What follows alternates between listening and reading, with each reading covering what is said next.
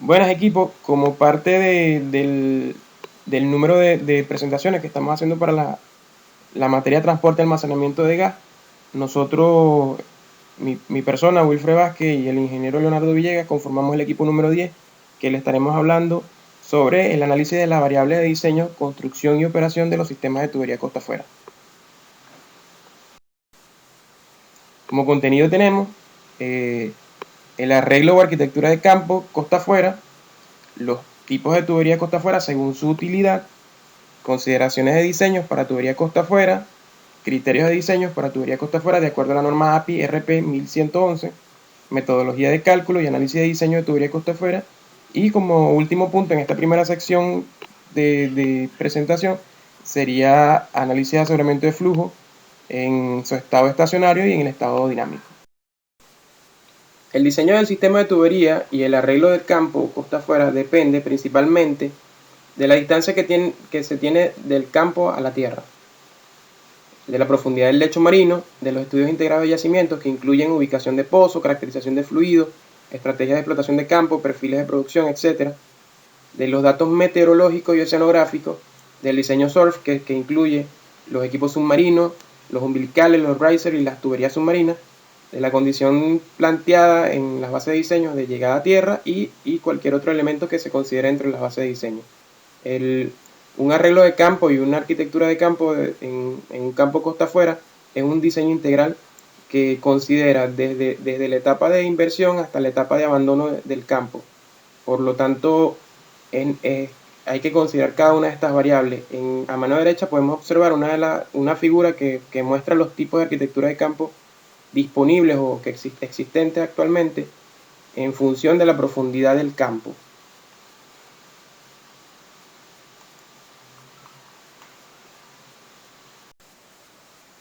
Los arreglos típicos de campo para un esquema costa afuera con equipos submarinos incluyen, entre muchos, como pozo satélite. Pozo satélite es cuando tenemos un pozo que está atado a una plataforma de producción, de procesamiento de hidrocarburos a través de una tubería. Un pozo que se aleja de la plataforma. Es un pozo único o dos pozos que están atados a una plataforma.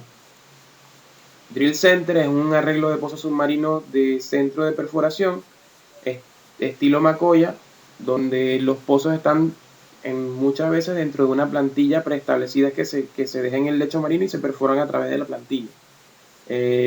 Las tuberías y conexiones ya vienen diseñadas para eso. El manifold con pozo submarino es un tipo de arreglo en el cual se contempla un múltiple de campo submarino y pozos que están alrededor de ese múltiple de campo, y a través de jumper, que son las tuberías que conectan los pozos con los múltiples, se conectan cada uno de los pozos al múltiple de campo. Y como último concepto, dentro de los conceptos típicos de arreglo de arquitectura de campo costa afuera, tenemos el lazy chain, que son pozos conectados a una tubería en serie.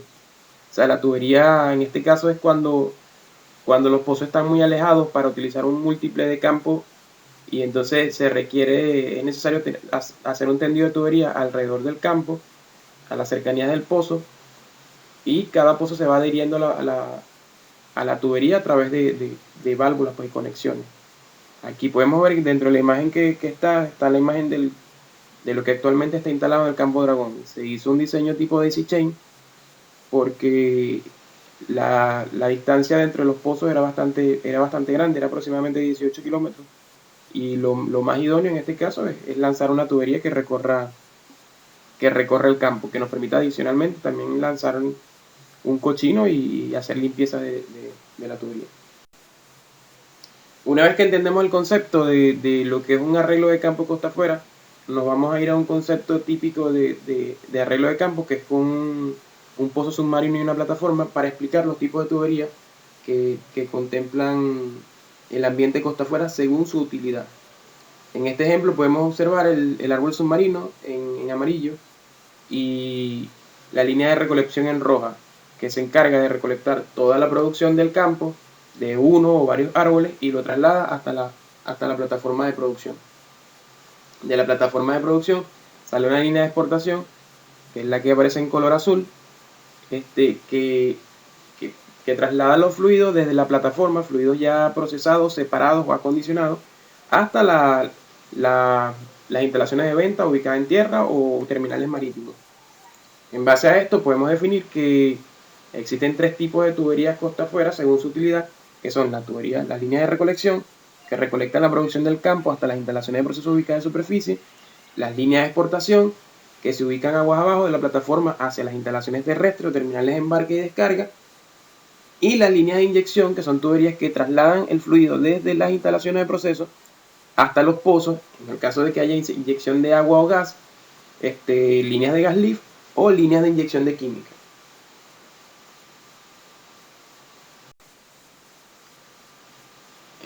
Dentro del sistema de tubería de recolección podemos también observar que está conformado por otros elementos, como por ejemplo el jumper, que es el que conecta, en este caso el árbol submarino que tenemos a mano derecha, con el sistema de recolección a través del múltiple, y adicionalmente tenemos el riser, que es la sección vertical de tubería que se eleva hasta la instalación superficie, conecta la tubería que se encuentra ubicada en el lecho marino con los equipos de procesos ubicados en la instalación de superficie. Consideraciones de diseño para una tubería costa afuera. Estos son los elementos que se deben considerar a la hora de diseñar una tubería costa afuera. Como primer punto, tenemos la selección de material de tubería.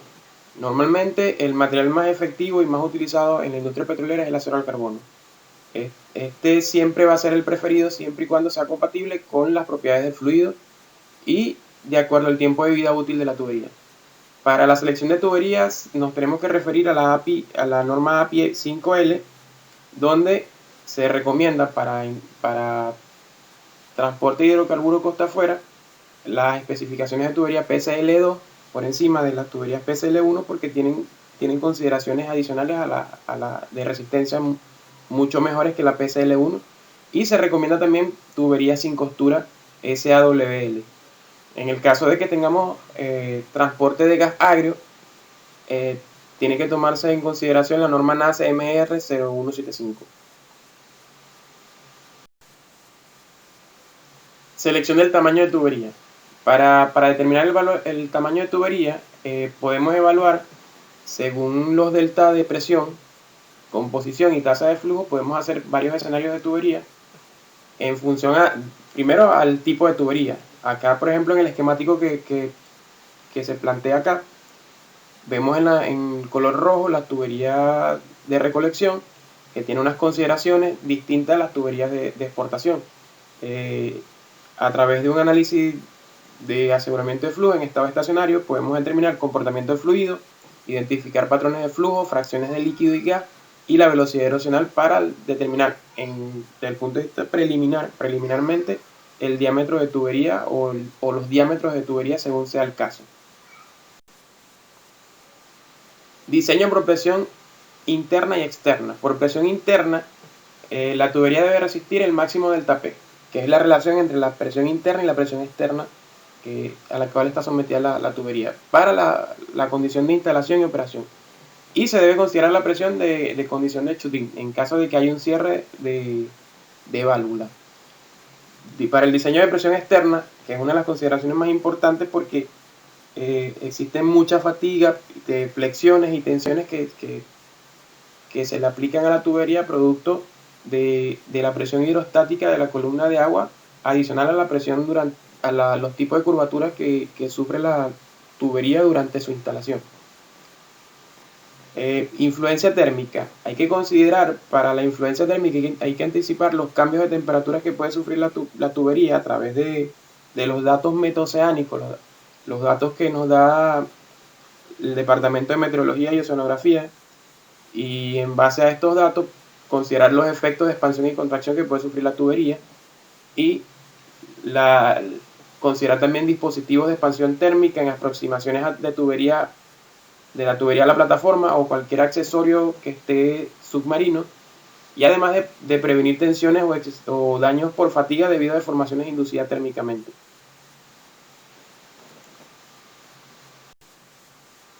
Cargas estáticas.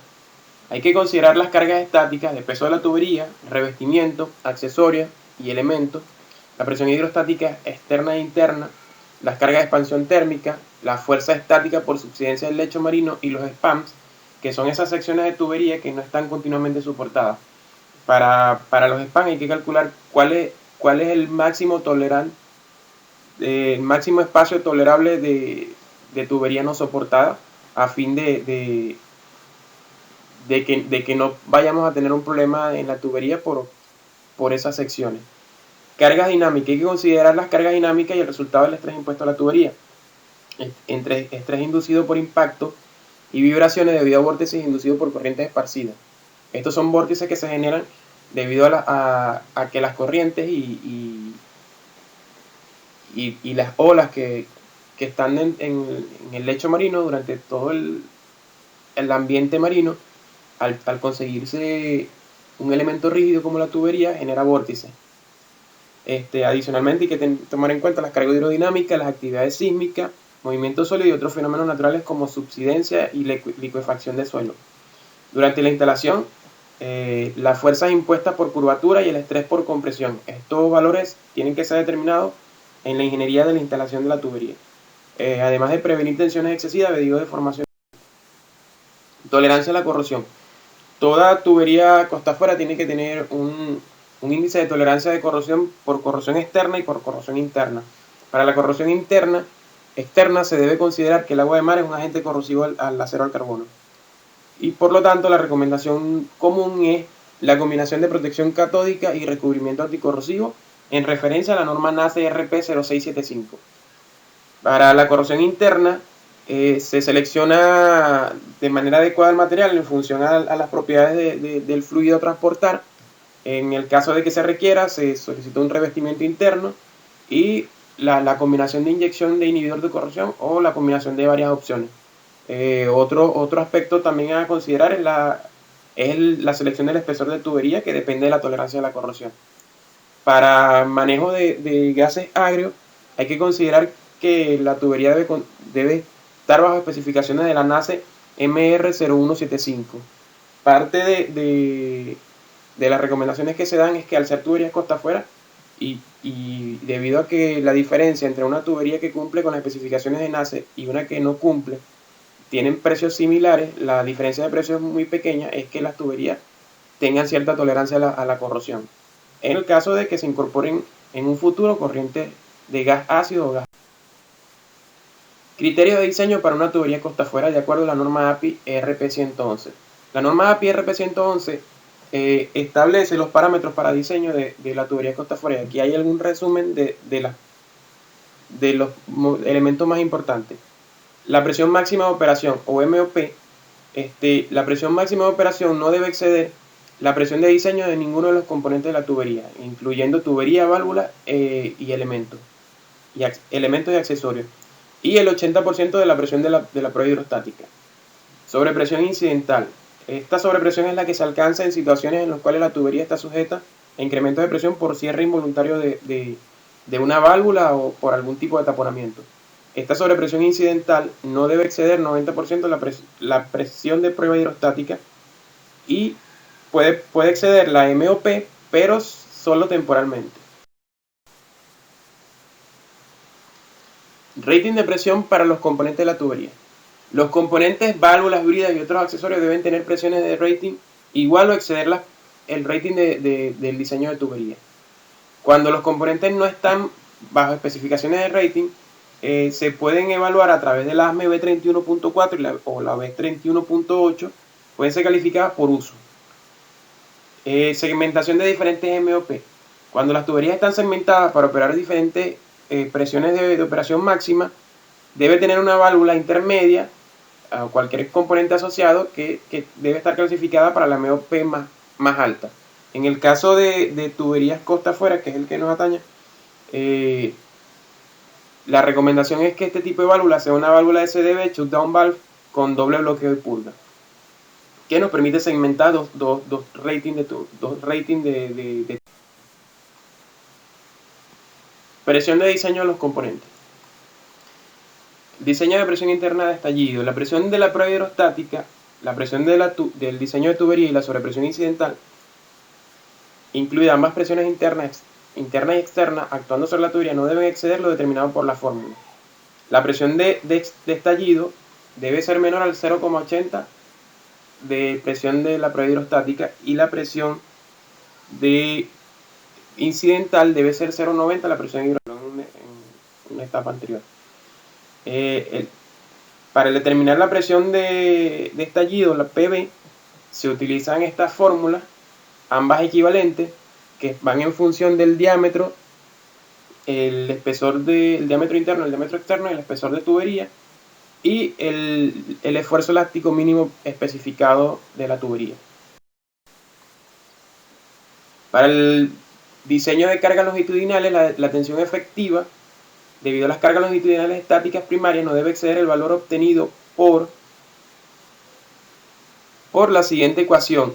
La tensión efectiva del tubo tiene que ser 0,60, menor al 0,60 de la tensión elástica de fluencia.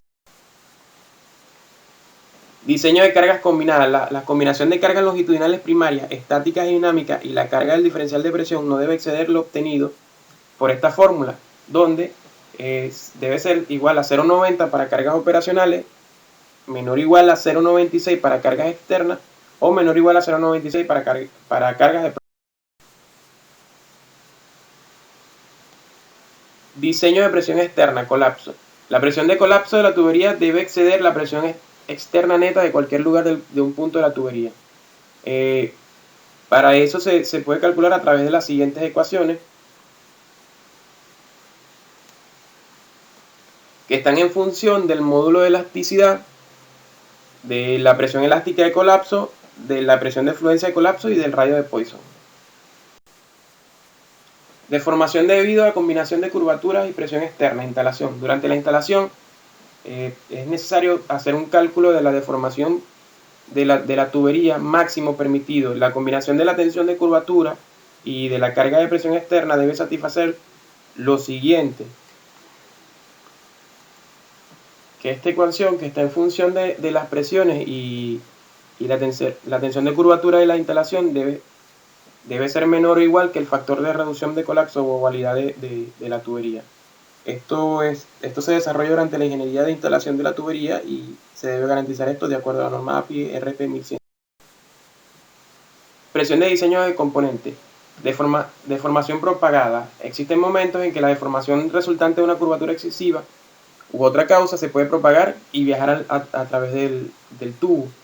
Una forma de evitar esto es aumentando considerablemente el espesor de la tubería, y otro es a través del uso de bucle arresto.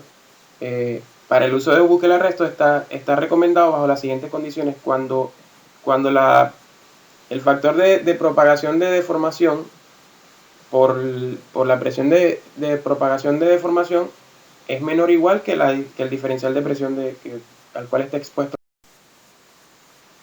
Estabilidad hidrodinámica. La estabilidad hidrodinámica se tiene que evaluar para la tubería vacía durante las construcciones de instalación y para la tubería llena. La estabilidad hidrodinámica de la tubería normalmente está comprometida debido al desprendimiento de vórtices que se generan, como lo vemos en la figura pequeña que tenemos a mano derecha, cuando el flujo del agua en el lecho marino, la tubería que está soportada en el lecho marino, trata de desplazar la tubería de su eje, y entonces alrededor de la tubería se forman vórtices que pueden ocasionar oscilaciones potencialmente destructivas. Aquí tenemos dos fórmulas para el cálculo de los desprendimientos de vórtices, de la estabilidad hidrodinámica, que está una en función de la frecuencia de desprendimiento de vórtices, que es Fs, y la segunda que va en base a la frecuencia natural del span en el caso de la distancia en la cual está soportado la tubería. Cuando se calculan ambas funciones, la función que nos da un mayor valor es la que tiene mayor influencia en la estabilidad aerodinámica de la tubería. Análisis de fatiga. Se debe realizar un análisis de fatiga para los risers, las tuberías no soportadas, soldaduras, los collares J-lay, los bucles de arresto y las juntas flexibles. Estos análisis de fatiga se hacen a través de un cálculo de la vida de fatiga de diseño a través del método de Palmer-Miner, y el número que nos tiene que arrojar tiene que ser 10 veces la vida útil del material, del elemento.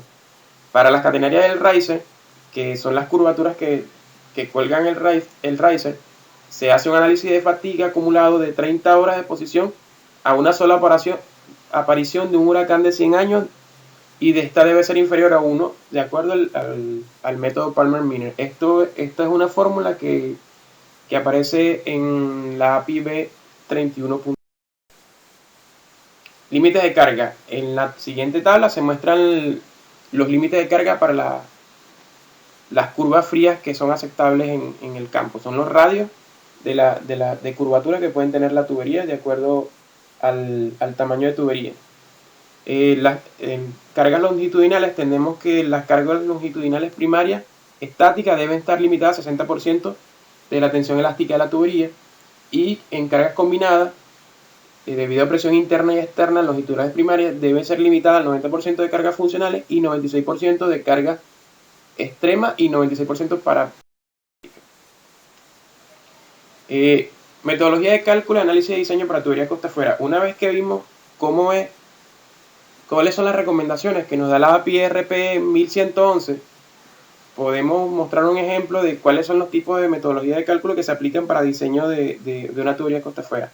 Existen dos modalidades, una que es a través del uso combinado de la DNB-OS F101 y la API RP 1111, que utiliza el concepto de factor de diseño de resistencia y carga y formato de estado límite, y emplea una filosofía de seguridad específicamente desarrollado para tuberías costa afuera. Y la combinación entre la ASME y la ISO, que utiliza un porcentaje de límite elástico para el esfuerzo radial permitido en función del factor de seguridad asignado a la tubería. Luego utiliza un criterio de tensión Von-Mises y determina el esfuerzo equivalente combinado. En el caso de la ASME B31.8 tenemos los factores de diseño que se deben aplicar en la tubería costa afuera. Para la tubería tenemos que el esfuerzo radial debe ser 0,72 del límite elástico. Para el riser 0,5 del límite elástico. Para los esfuerzos longitudinales 0,8 para ambos, tanto para el riser como para la tubería del límite elástico. Y para los esfuerzos combinados 0,9 elástico. Aquí mostramos un ejemplo de cálculo utilizando la ASME B31.8 y comparándola con la API RP 1111 para presión interna de estallido, colapso, deformación debido a curvaturas combinadas de presión externa y deformación propagada. Los cálculos fueron hechos utilizando el software MATCAD. Estos cálculos se desarrollaron para el campo Dragón y tuve acceso a ellos. Podemos observar que en los criterios de diseño tenemos las dos fórmulas, tanto para la ASME como para la API RP 1111, durante las etapas de hidrotest y de operación, y en las etapas de instalación y operación, según sea el caso, dependiendo también del tipo de instalación que se vaya a ejecutar, que son el modelo SLA y el Relay. En este caso se puede observar que el máximo espesor de tubería obtenido fue 21.5 y por lo tanto es el recomendable, que es 0,844 pulgadas. Este es el que se escoge al comparar los diversos criterios de selección. Aseguramiento de flujo. Aseguramiento de flujo es uno de los estudios medulares para el desarrollo de un campo costa afuera, ya que permite evaluar patrones de flujo, transferencia de calor, caída de presión, condiciones de flujo, tratamientos químicos de los fluidos y composición de las operaciones. ¿Cómo lo realiza? Se realiza a través de las disciplinas de ingeniería mecánica, en la parte hidráulica y metalúrgica, y ingeniería química a través de su rama de proceso y termodinámica. Lo realiza a través de sistemas informáticos. El análisis de estas diversas disciplinas, con el análisis de estas diversas disciplinas se determina cómo el diseño de los sistemas de tubería afecta el dimensionamiento de las unidades de proceso. Entonces, en función a esto, si el diseño de un sistema de tubería afecta las dimensiones de las unidades de proceso, entonces se hacen evaluaciones de diversos escenarios de tubería diversas ubicaciones de procesos en función a variación de diámetro, disposición de equipo, tamaño y configuración y ubicación de unidades para determinar el concepto completo de un campo costa afuera, como un sistema integral, no como sistemas separados. Los sistemas de aseguramiento de flujo se dividen principalmente en dos tipos de análisis. Análisis hidráulico en estado estacionario, steady state, y el análisis hidráulico en estado transitorio. Para el análisis hidráulico en estado estacionario, nos gustaría explicarlo a través de un ejemplo.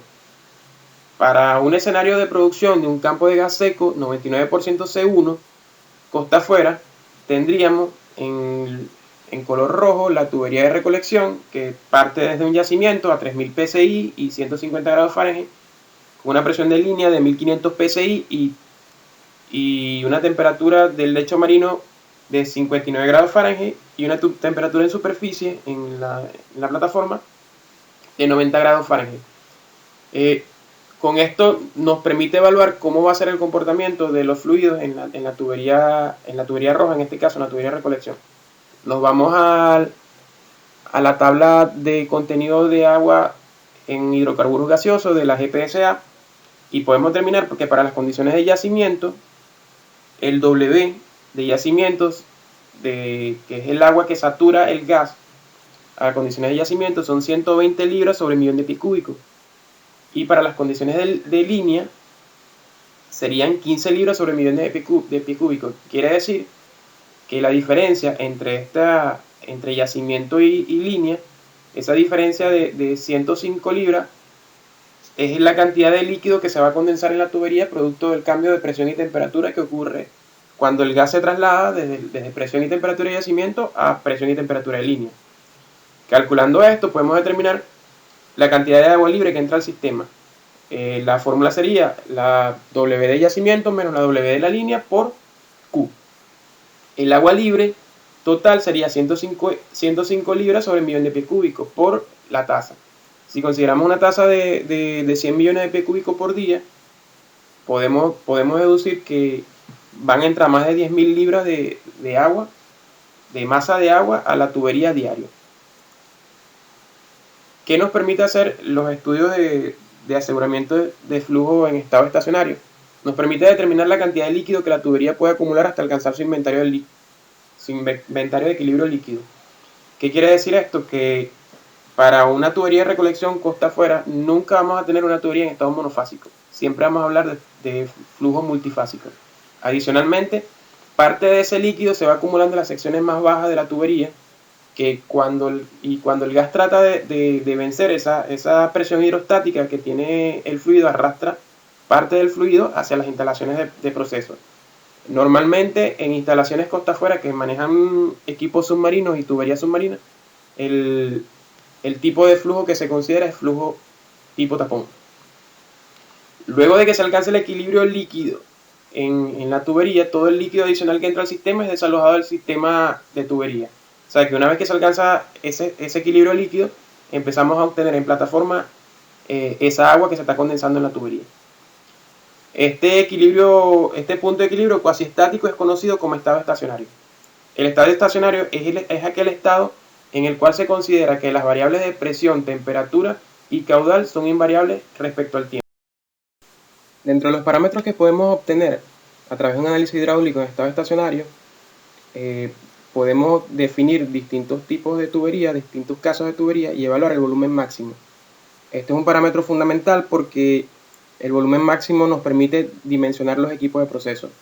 De su correcta determinación, deriva la correcta determinación de las dimensiones de los equipos de proceso. Por ejemplo, si el volumen máximo es mal calculado y obtenemos un valor que está por debajo del que vamos a tener en operaciones, del real, existe la posibilidad de que mencionemos equipos de proceso que no puedan soportar los baches de líquidos que llegarían a la plataforma. En el caso de que ese volumen máximo sea mayor al valor real que vamos a tener en la etapa de operación, estaríamos hablando de que las dimensiones de los equipos de proceso serían mayores y estos equipos de proceso sobredimensionados aportarían un peso adicional a la plataforma que no es deseado. Otro parámetro fundamental a determinar es el coeficiente de velocidad erosional, que es la relación de la velocidad del fluido dentro de la tubería versus en función a la velocidad máxima que permite la tubería, la velocidad erosional. Si este coeficiente de velocidad erosional es mayor que 1, muestra que el tamaño de la línea de flujo elegido no es el adecuado para el diseño, por lo tanto hay que aumentar el tamaño de tubería.